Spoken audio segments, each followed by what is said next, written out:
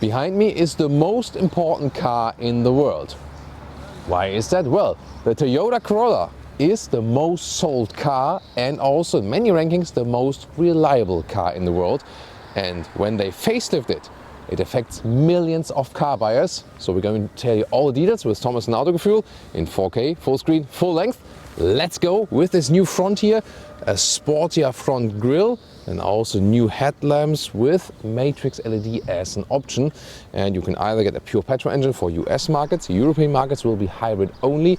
And then you can see here this blue backed Toyota logo indicating that this is the hybrid. The length is at 4.37 m or 172 inches. The hatch here with a shorter wheelbase than the sedan or the Estate. We have it here in Jupiter blue. I'm soon going to show you an ash grey Estate. Here we have 18-inch wheels as well, so the high trim. Pretty cool styling indeed. It looks already sporty if you even don't have this new GR Sport trim, which will be on the Estate. And the characteristic sign is actually more towards the rear. When you look at it from the side profile, it's shorter in the top part, longer in the rear, like a yacht or a cruise ship, you know, this design detail. In the rear you get these samurai cut tail lamps. There you see that Lexus and Toyota design definitely play together, and it's such a sculptural rear actually. It looks really unique. But the disadvantage is because of this small area right here and the big here, you do lose trunk space. We'll also see that very soon. Next to the hatch version in the US, for example, rather the sedan is being sold, and in Europe we have the Estate, the Touring Sports as the longer model at 4.65 m or 183 inches. So both sedan and Estate are around 30 centimeters or 10 inches approximately longer than the hatch. This here is also the new GR Sport, which is also available for the hatch. And the GR Sport adds more sportier accentuations, for example, this honeycomb style front grille and the lower black accentuations, also 18-inch wheels and also a sportier rear appearance. Now to the famous Autogefühl interior review, where we also check door closing sounds and so on. This is the key fob, nothing special, and the door closing sound is also nothing special. Nice white contour stitch. This is also soft right here. So the top structure here looks good. The window levers not that good actually. These nice entry badges right here in the lower part. And then I'm really a fan of these floor mats, you know, with a contrast around that looks like from a super high luxury car. That's still real buttons at the steering wheel, for example for the volume control right here and right side for the cruise control. Take a look at the seats. They're actually pretty spectacular because even in normal trims they are integrated head restraint alike sport seats, so they look pretty fancy. GR Sport interior features red contour stitches. The base seat form is the same, has the sportier seat with integrated head restraint, but you can see here fabric on the inside, leather red on the outside, bright accentuations and this GR stamped in here at the head restraint, so also a beautiful design for the GR Sport. And red contour stitches, also a thing here for the GR Sport inside of the steering wheel and the rest of the cockpit, so a little bit more spice with this sporty trim. Seating position, surprisingly comfortable because, yeah, with 189 or 6'2", to me this is a tiny vehicle, but I sit very, very well in here. Headroom wise, it works, and also this sport seat actually, it is sporty and comfortable at the same time, so you feel like you would be sitting in a bigger vehicle. So no complaints at all about the comfort, and also because of the fabric surface here, it stays cool in summer, stays warm in winter, and also somewhat breathable, so very satisfied with that. And also with the steering wheel position and so on, manual control in and out, up and down, and also in a very smooth way. So this perceived quality when you sit here in the driver's seat is actually pretty good. Interior cockpit overview, clean layout. I really like the soft touch here at the dashboard with the white contrast stitches. New screens, updated US models get 7-inch and 8-inch. European models here get now full glory.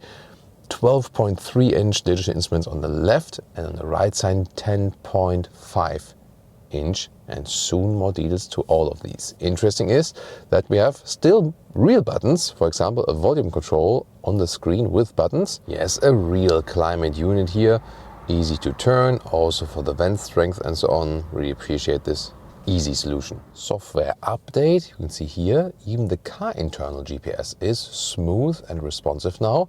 First time we would actually use it in a Toyota, that's actually pretty cool. The CarPlay integration, that one is also wireless. Android Auto would be wired at this moment. And we also have the JBL sound system in here. And this actually delivering a very decent sound for this vehicle, maybe also because of this acoustic area here in the front. And rear view camera, this is also kind of disappointing, bad resolution and also somewhat colorless. These are the digital instruments, pretty clear to read. You also have some adaptive content like this, what you want to see in the middle part, but really? This is the map guidance in the instruments? Not sure if this is going to be helpful in any way. So rather keep it with reading the speed, I guess. CarPlay and Android Auto doesn't show there, by the way. This is just the car internal map, but yeah, again, not really that helpful. And you also get this head-up display. Middle console in the front, inductive charging pad. And then you have here this seat heating, 2 levels, and listen to that.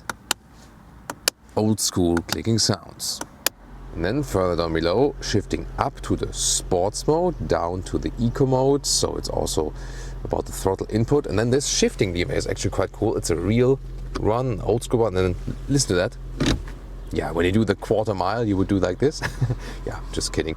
Here, this is not D mode. And when you put one more further behind, you're in the B mode. And the B mode is actually when you're going downhill for a longer time, that engine brake is on, that you don't kind of like overcharge the battery in a way. Disappointing in this interior, the cup holders, the material and also non-adaptive, and also this middle armrest here is just loosely attached, and yeah, that is really, I mean, this is a high trim interior, like an XSE in the US, sometimes called Lounge in Germany, for example.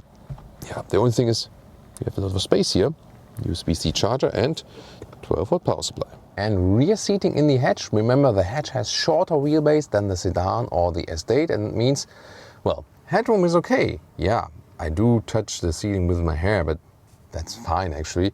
And also the bench here is long enough and it's actually quite comfortable to sit on. But legroom just does not work. You can see here, I don't fit in here when I'm also driving, and see here this cool, comfortable, sporty-like seats. They are very voluminous and therefore also limit rear legroom. So rear legroom is probably the thing that this vehicle does not have. Now to the trunk here, manual opening, and it's a really light hatch. It's actually fun to open it. 360 liters would be 310 liters with the 2-liter hybrid actually. So this one here is a little bit bigger volume-wise. And you have here this sill. It will be different in the estate version where you have no loading sill. Soon going to show you that.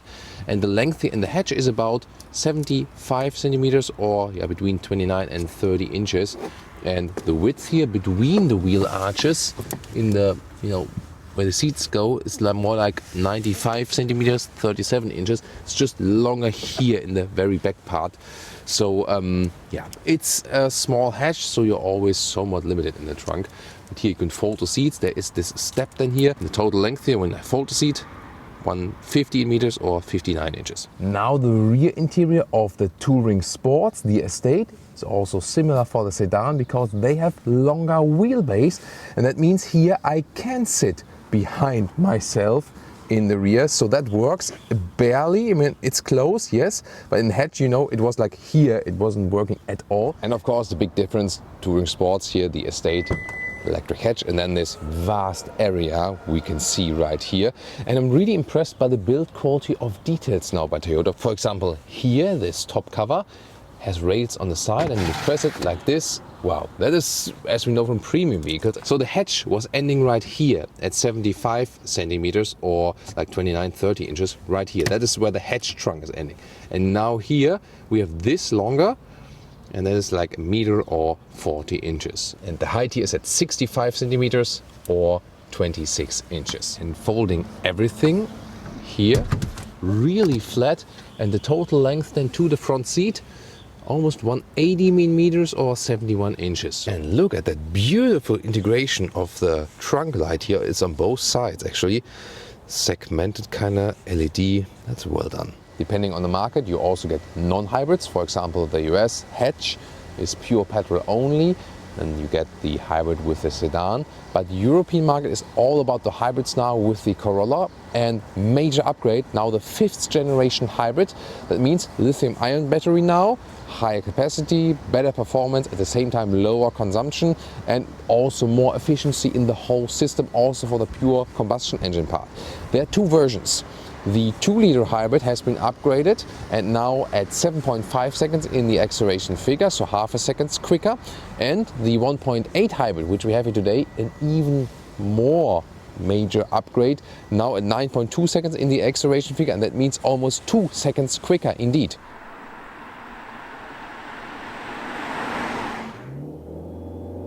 Acceleration.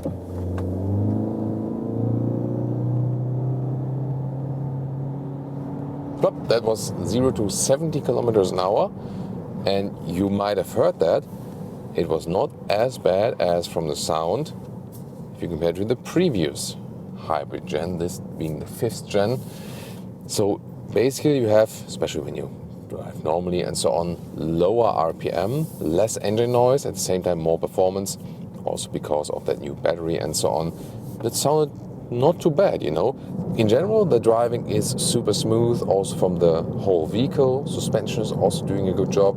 The steering is pretty light, but exact and precise. So I also like that. It gives you a good feeling to the vehicle. And these sport seats here, they hold you tight, but at the same time they're comfortable. So although it's a really small car here as hatch, it conveys a feeling already of being somewhat larger and more comfortable. And this will of course even more so count for the sedan and the estate versions, which also have a longer wheelbase.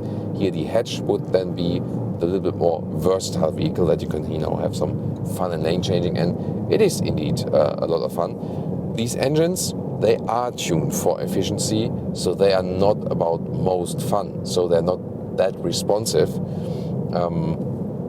With the pure petrol engine, you will have some kind of a different driving feeling. The hybrid is really more tuned into that smooth driving and the smooth transitions, and that's also fun.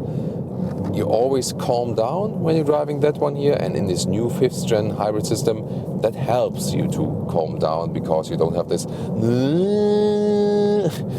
ECVT effect that you had in the previous generation. A little bit, it's still there, but definitely less than before.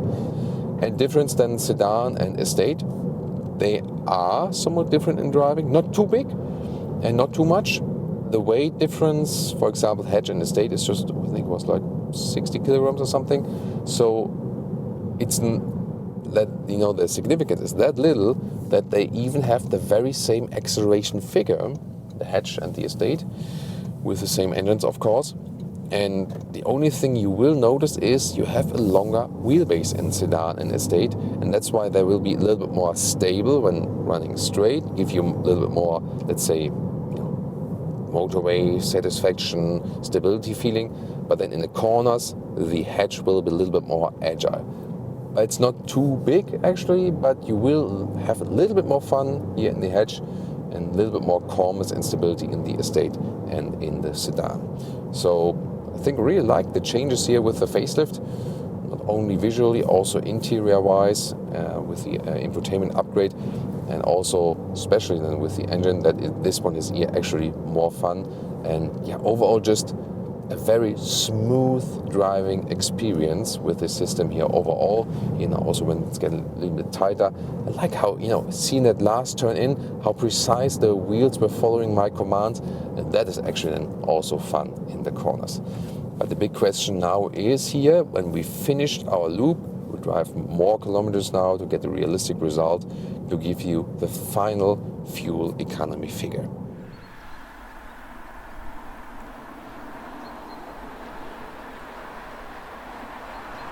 So the fuel economy here on our trip, around 5 liters on 100 kilometers, decent result.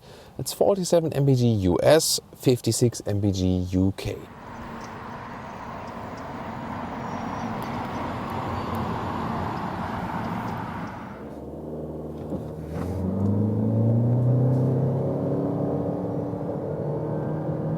That was 0 to 70 kilometers an hour with the 2-liter hybrid. He had 196 horsepower, so approximately 200 horsepower, and 1.7 seconds quicker, so almost 2 seconds quicker in the 0 to 100 kilometers or 0 to 60 miles an hour acceleration figure. Here the 2-liter hybrid if you compare to the 1.8-liter hybrid. What you feel engine noise-wise, not sure if you also realize it in the acceleration, this high displacement directly leads to some more low-frequency engine noises. That's likable, I would say. So it sounds a little bit better in that respect. But of course, it does not change like the whole driving characteristic or something. You know, the same things count for that you have more the smooth driving experience with a lot of electric moments. And do I really feel that I have the 2-liter engine in here instead of the 1.8? Told you about the sound difference slightly. When you really hammer the throttle, then you do feel a difference. But when you're driving rather slowly, you know, and always set on this smooth hybrid transition experience, then you don't feel too much difference actually. So it's more, do you need a stronger acceleration? Do you drive more on the motorway, for example? Also, do you drive more with car loaded, with many people inside or much luggage? Then the additional horsepower, the strength of that bigger engine might play a role. But if that's not a crucial factor to you, then you might as well also live with a smaller engine. So when you keep it steady, the, let's say like this perceived difference is not that large.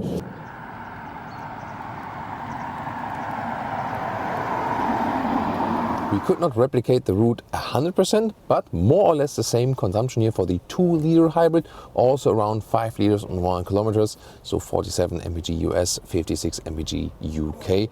It will depend then on the profile actually where it is more efficient. So when you have more share of pure combustion driving, then the 2-liter engine will actually be a little bit better, unless you use more of that more horsepower you also have available. So it really depends actually, but more or less both a very, very good consumption figure, as we know from the Toyota hybrids. You can also compare the Honda Civic hybrid or brand internally the Toyota Corolla Cross.